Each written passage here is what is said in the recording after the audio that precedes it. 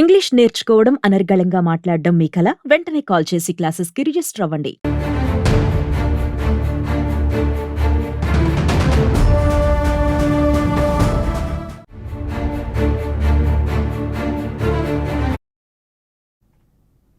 దేశం మొత్తం ఇప్పుడు ఒక నిజం కోసం ఎదురు చూస్తుంది. ఆ నిజం ఏంటి అంటే కర్ణాటకలోని పవిత్ర పుణ్యక్షేత్రమైన మంజునాథ స్వామి కొలువైన ధర్మస్థలలో ఎవరైతే పారిశుద్ధ కార్మికుడు చెప్పాడో 100 శవాలని తాను పాతిపెట్టారని, ఆ 100 శవాలు మహిళలు మైనర్ బాలికల శవాలని, ఆ శవాలు నిజంగానే పాతిపెట్టాడనే ప్రశ్నకి సమాధానం కోసం ఎదురు చూస్తుంది దేశం. నిజంగా 100 శవాలని 1998 నుంచి 2014 వరకు ఒక వ్యక్తి 100 శవాలని 100 మంది మహిళల శవాలని పాతిపెడుతుంటే లోకం కళ్ళు మూసుకొనుందా?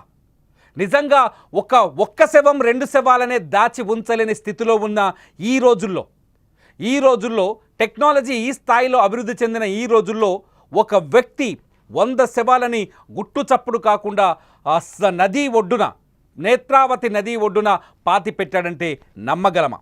నిజంగా ఇలాంటి ప్రశ్నలు, ఇలాంటి సందేహాలు, నిజంగా ఈ వార్త వెలుగులోకి వచ్చిన తర్వాత ఇలాంటి అనేక సందేహాల నేపథ్యంలో సుమన్ టీవీ ఒక సాహసోపేతమైన రిపోర్టింగ్ చేసింది. నిజంగా ధర్మస్థలలో మహిళల మృతదేహాలు పాతిపెట్టిన దాంట్లో వాస్తవం ఉందా? నిజంగా ఆ పారిశుద్ధ్య కార్మికుడు చెప్పిన మాటల్లో నిజాలు ఎన్ని? అక్కడి ప్రజలు ఏమనుకుంటున్నారు? ఆ పారిశుద్ధ్య కార్మికుడు చెప్పిన మాటల్లో వాస్తవం ఎంతవరకు ఉంది అనే కోణంలో సుమన్ టీవీ ధర్మస్థలి క్షేత్రానికి వెళ్ళింది.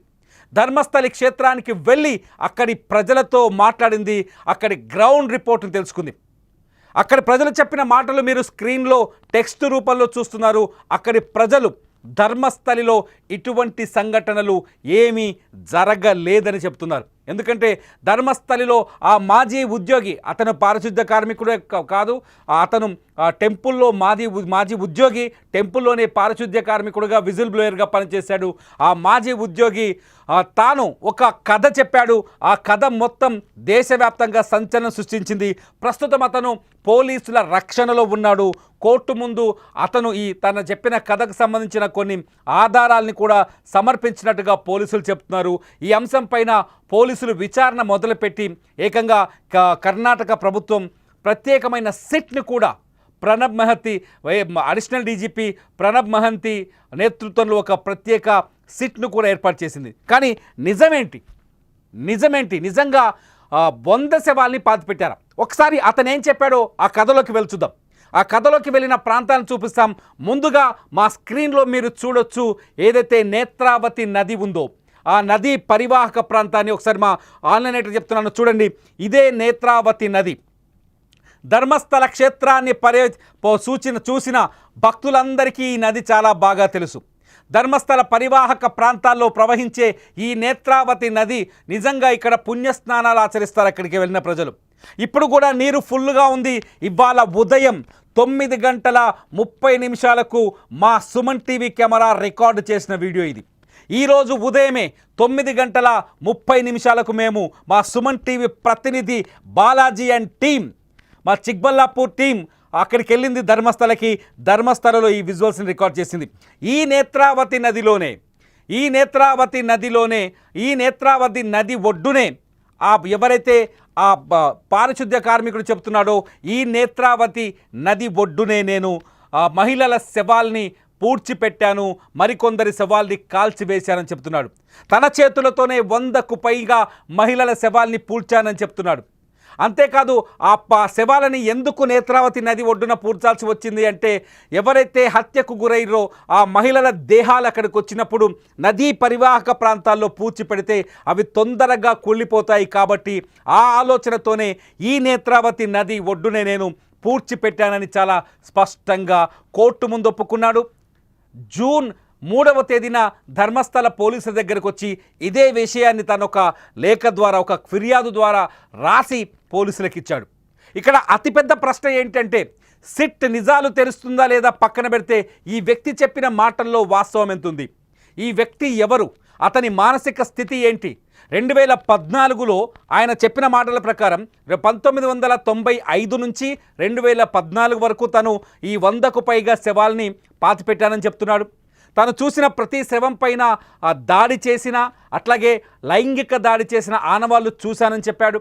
తను పాతిపెట్టిన శవాల్లో కొన్ని శవాల్లో మైనర్ బాలికలు ఉన్నారని చెప్పాడు.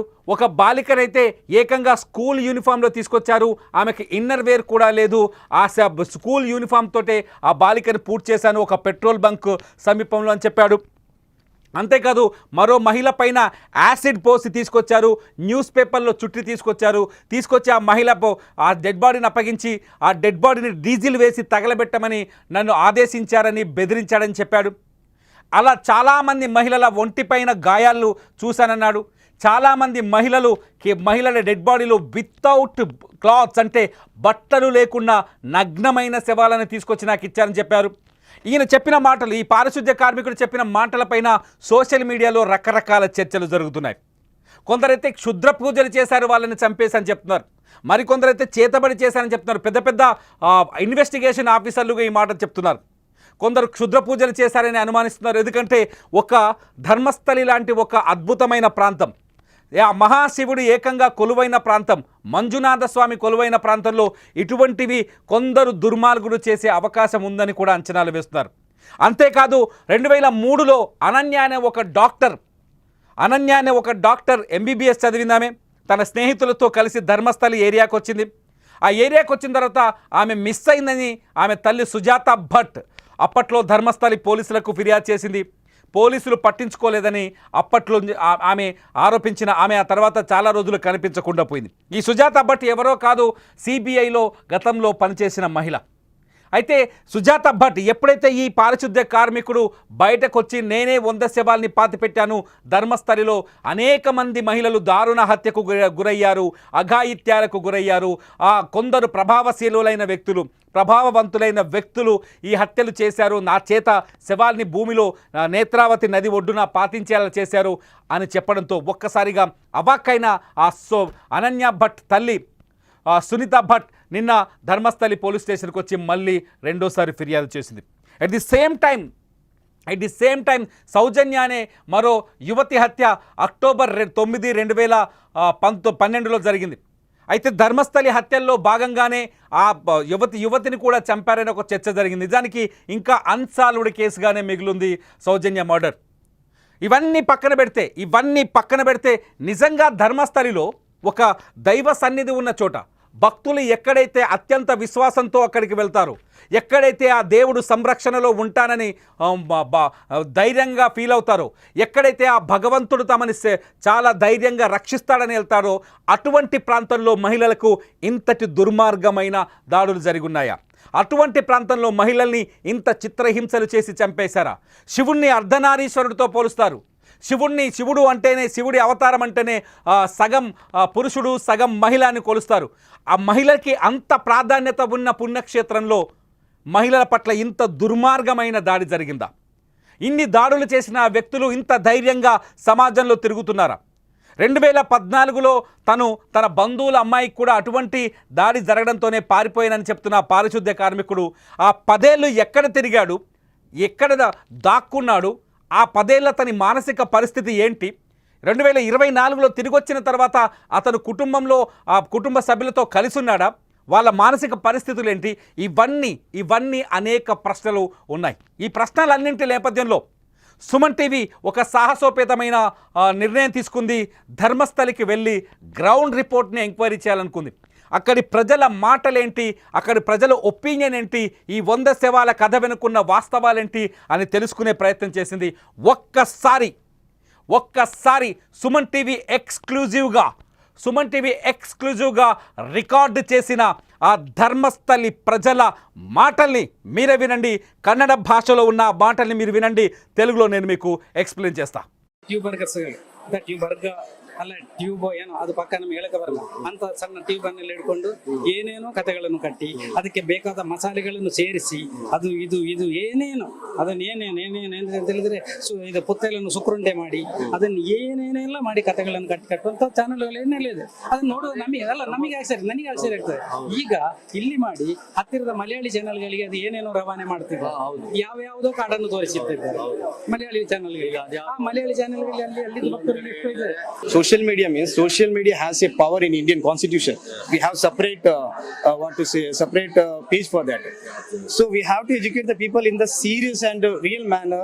Should not violate the rules and regulations, spreading fake news, fake things about villagers, people who work here, all. So all villagers are hurted here. Because some people say, I'm working in Bangalore. When I come here, people used to ask, what happened to your village? Why these news are coming? So some of the people all have visited here. They know the real incident. They comes weekly, monthly. You can simply do a campaign here. You can ask any tourist randomly about their experience. They will share the well experience.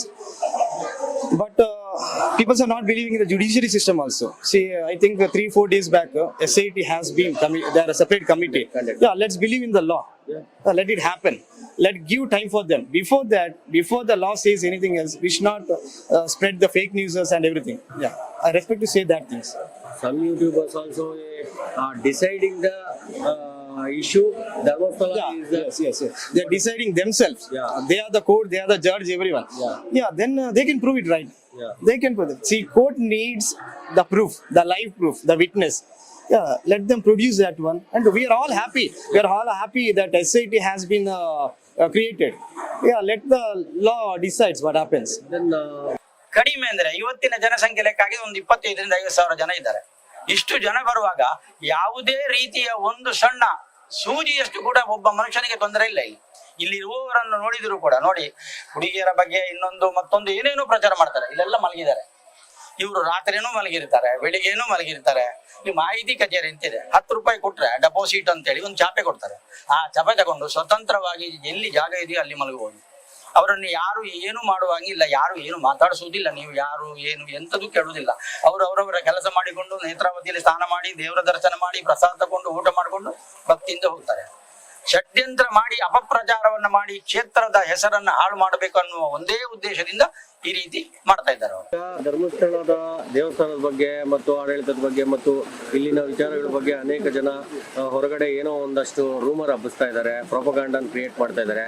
ಇದ್ರ ಬಗ್ಗೆ ಈಗ ನೀವು ಧರ್ಮಸ್ಥಳ ಸುಮಾರು ವರ್ಷಗಳಿಂದ ನಡ್ಕೊಂಡ್ ಬರ್ತಾ ಇದ್ದೀರಾ, ತಲತಲಾಂತರಗಳಿಂದ ಅಂತ ಹೇಳ್ತೀರಾ. ಇದ್ರ ಬಗ್ಗೆ ನಿಮ್ಮ ಅಭಿಪ್ರಾಯ ಏನು ಸರ್? ಈಗ ಈ ತರ ಪ್ರೊಪಗಾಂಡ ಕ್ರಿಯೇಟ್ ಮಾಡ್ತಾ ಇರೋದ್ರಿಂದ ನಿಮ್ಗೆ ಏನಾದ್ರು ನೆಗೆಟಿವ್ ಥಾಟ್ಸ್ ಬಂದಿದ್ಯಾ? ಸರ್ ಆ ಥರ ಏನಿಲ್ಲ, ನೆಗೆಟಿವ್ ಮಾಡೋರು ಮಾಡ್ತಾನೆ ಇರ್ತಾರೆ. ಆದರೆ ಮಂಜುನಾಥ ಸ್ವಾಮಿದ ಅದು ಆಶೀರ್ವಾದ ಇದ್ದೇ ಇರುತ್ತೆ ಎಲ್ಲರ ಮೇಲೂ.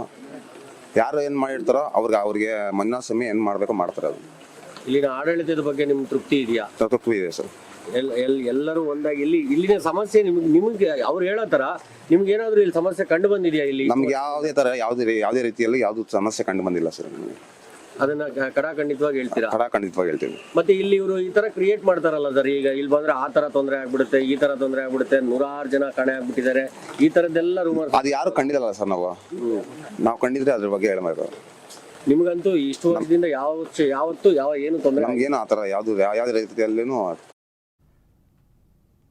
ఇది ధర్మస్థల ప్రజల మనోగతం. ధర్మస్థలిలో అన్ని ప్రాంతాల్లో పర్యటించిన సుమన్ టీవీ అక్కడి ప్రజల అభిప్రాయాన్ని తెలుసుకుంది.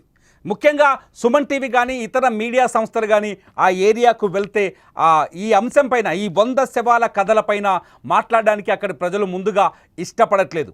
చాలాసేపు మేము మాట్లాడించిన తర్వాత, వాళ్ళని ఎడ్యుకేట్ చేసిన తర్వాత, మీరు మాట్లాడితే కానీ వాస్తవాలు ప్రజలకు తెలియవు అని చెప్పిన తర్వాత కొన్ని కీలకమైన విషయాలు చెప్పారు.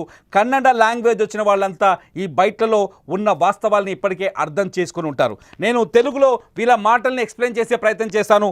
ఇతను ఎవరైతే మాట్లాడుతున్నాడో ఇతను చాలా స్పష్టంగా చెప్తున్నాడు. ఏంటి అంటే, కొన్ని టీవీ ఛానళ్ళు కొన్ని పత్రికలు విష ప్రచారం చేస్తున్నాయి. వాళ్ళు కట్టుకథలు రాసుకొని ధర్మస్థలం పైన తప్పుడు ఆరోపణలు చేస్తున్నారు. ఆ తప్పుడు ఆరోపణల్లో భాగంగానే ఆ వ్యక్తి కూడా ఆ మానసిక స్థితి సరిగ్గా లేక వెళ్ళి తను శవాలు పాతిపెట్టానని పోలీసుల ముందు ఒప్పుకున్నాడు. అదొక కట్టుకథ అని చెప్తున్నాడు. ఇతను చాలా స్పష్టంగా, ఈ యంగ్ మ్యాన్ చాలా స్పష్టంగా చెప్తున్నాడు, ధర్మస్థలిలో ఈ 100 శవాల రహస్యం పైన కర్ణాటక ప్రభుత్వం సిట్ని ఏర్పాటు చేసింది. నిజంగా ఇది మంచి పరిణామం. ఎందుకంటే సిట్ దర్యాప్తులో ధర్మస్థల పవిత్రత ఏంటో ఈ ప్రపంచానికి తెలిసిపోబోతుంది అని చెప్తున్నాడు. అతను బెంగళూరులో సాఫ్ట్వేర్ ఇంజనీర్గా పనిచేస్తాడు. ఈ ధర్మస్థల పైన ఈ ఆరోపణ రావడంతోనే తన స్వగ్రామానికి వచ్చి ఈ అంశం పైన తీవ్ర ఆందోళన వ్యక్తం చేస్తున్నాడు.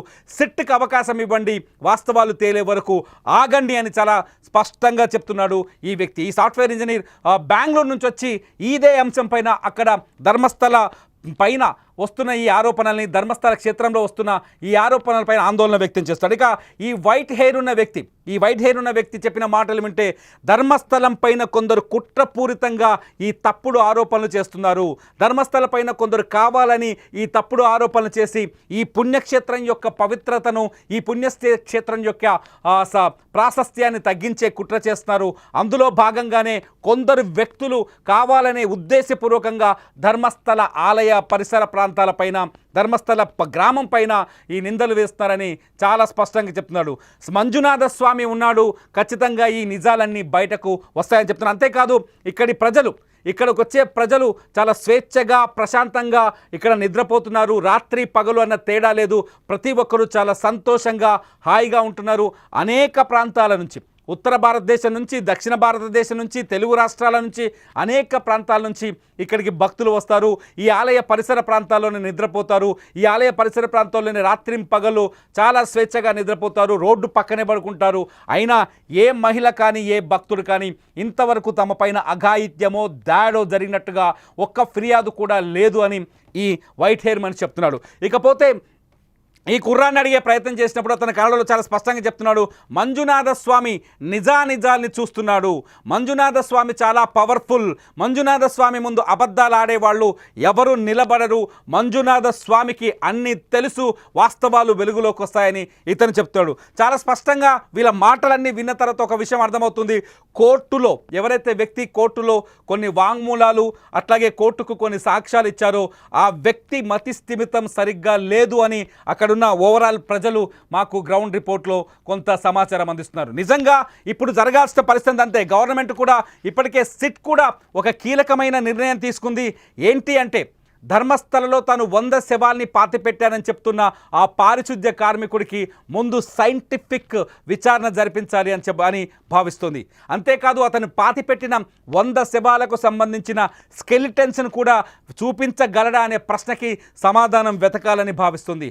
ముందుగా అతనికి నార్కో అనాలిసిస్ టెస్టులు చేయాలని, అతను ఎవరైతే కోర్టు ముందుకు లొంగిపోయాడో అతనికి నార్కో అనాలిసిస్ టెస్టులు చేయాలని కోర్టుని అభ్యర్థించే పనిలో ఉంది సిట్. దానికి సంబంధించిన ఏర్పాట్లను చేస్తుంది. ఇప్పటికే ధర్మస్థల ఉదంతం పైన సోషల్ మీడియాలో కావచ్చు, లేకపోతే కొన్ని మీడియా ఛానల్లో కావచ్చు, ధర్మస్థలంలో నిజంగా హత్యలు జరగాయి, అయితే టెంపుల్కు లింక్ పెట్టి చెప్తున్న వాళ్ళపైన కోర్టు కూడా కొన్ని ఆంక్షలు విధించింది. ఈ ఆంక్షలు అన్నింటి నేపథ్యంలో అన్ని పరిశీలించిన తర్వాతే మేము వీడియో చేస్తున్నాం, ఈ విషయాన్ని బయటకు తీసుకొస్తున్నాం. ధర్మస్థలలో మాకు ఇప్పటికి కనిపించిన వరకైతే ధర్మస్థల ప్రజల్లో, ధర్మస్థల ప్రాంతంలో ఇటువంటి కేసులు ఉన్నట్టుగా కానీ, నమోదైనట్టుగా కానీ ఎటువంటి మాకు ఆనవాళ్ళు దొరకలేదు. అక్కడి ప్రజలు ఈ 100 శవాల కథలనైతే నమ్మట్లేదు. కానీ ఇక్కడ అతిపెద్ద డౌట్ ఏంటి అంటే, ధర్మస్థలంలో ఎప్పుడైతే 100 శవాల్ని పాతిపెట్టానని ఆ పారిశ్రామిక కార్మికుడు చెప్పాడు, ఆ పారిశుద్ధ కార్మికుడు చెప్పాడు, అప్పుడే ధర్మస్థల పోలీస్ స్టేషన్లో డాక్టర్ అనన్య ఇష్యూ కావచ్చు, మరికొన్ని ఫిర్యాదులు కావచ్చు రావటం, ఇవన్నీ చూస్తుంటే కొంత మిస్టరీ అయితే దాగి ఉంది. ఈ మిస్టరీ వెనకాల ఏమైనా దారుణాలు జరిగాయా అనే కొన్ని అనుమానాలు అయితే కలుగుతున్నాయి. ధర్మస్థలంలో మరో వర్గం అయితే కొన్ని దారుణాలు జరిగాయని కూడా చెప్తున్నారు కొంతమంది గ్రామస్తులు. అయితే ఇందులో రెండో పార్శ్వం కూడా ఉంది అనే కోణంలో కొంత విచారణ చేశాం. కానీ ఆ అంశం పైన మాట్లాడడానికి, అంటే దాడులు జరిగాయి, దారుణాలు జరిగాయి, కొందరు కొందరు వ్యక్తులు చేశారని చెప్పడానికి ఎవరు బహిరంగంగా కెమెరా ముందుకు రావట్లేదు. కాకపోతే ఆఫ్ కెమెరాలో కొన్ని విషయాలు మాతో పంచుకున్నారు. ఇక్కడ కొన్ని దారుణాలు దుర్మార్గాలు జరిగాయి, వాటిపైన విచారణ జరగాలి. ఇప్పుడు రాష్ట్ర ప్రభుత్వం సిట్ను ఏర్పాటు చేయడం వల్ల ఇవన్నీ వెలుగులోకి వస్తాయని కూడా మరికొంతమంది చెప్పారు. వాళ్ళు కెమెరా ముందు మాట్లాడడానికి కొంత సంకోచిస్తున్నారు. వాళ్ళ అభిప్రాయాన్ని నేను నేరుగా మీ ముందుకు తీసుకొస్తున్నాను. ఇది ధర్మస్థలలో ప్రస్తుత పరిస్థితి. అక్కడ ప్రశాంత వాతావరణం ఉంది. నేత్రావతి నది చాలా ప్రశాంతంగా ప్రవహిస్తోంది. ఆ స్వామివారు మంజునాథ స్వామివారు దర్శనం చేసుకోవడానికి కేరళ నుంచి కావచ్చు, మహారాష్ట్ర నుంచి కావచ్చు, ఆంధ్రప్రదేశ్, తెలంగాణ, తమిళనాడు నుంచి కావచ్చు భక్తులు వస్తున్నారు. ధైర్యంగా అక్కడ స్వామివారిని దర్శనం చేసుకొని వెళ్ళిపోతున్నారు. స్వామివారి ఆలయంలో కావలసిన అన్ని ఏర్పాట్లున్నాయి. భోజన సదుపాయాలు, నివాస సదుపాయాలు అన్నీ ఉన్నాయి.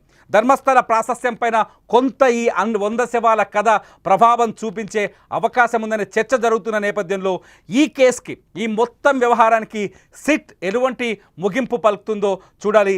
ధర్మస్థల స్థానం పైన వరుస కథనాల కోసం మీరు సుమన్ టీవీని సబ్స్క్రైబ్ చేసుకోండి. సుమన్ టీవీ డిజిటల్ లైవ్లో ధర్మస్థల వరుస కథనాల్ని చూస్తూనే ఉండండి సుమన్ టీవీ లైవ్.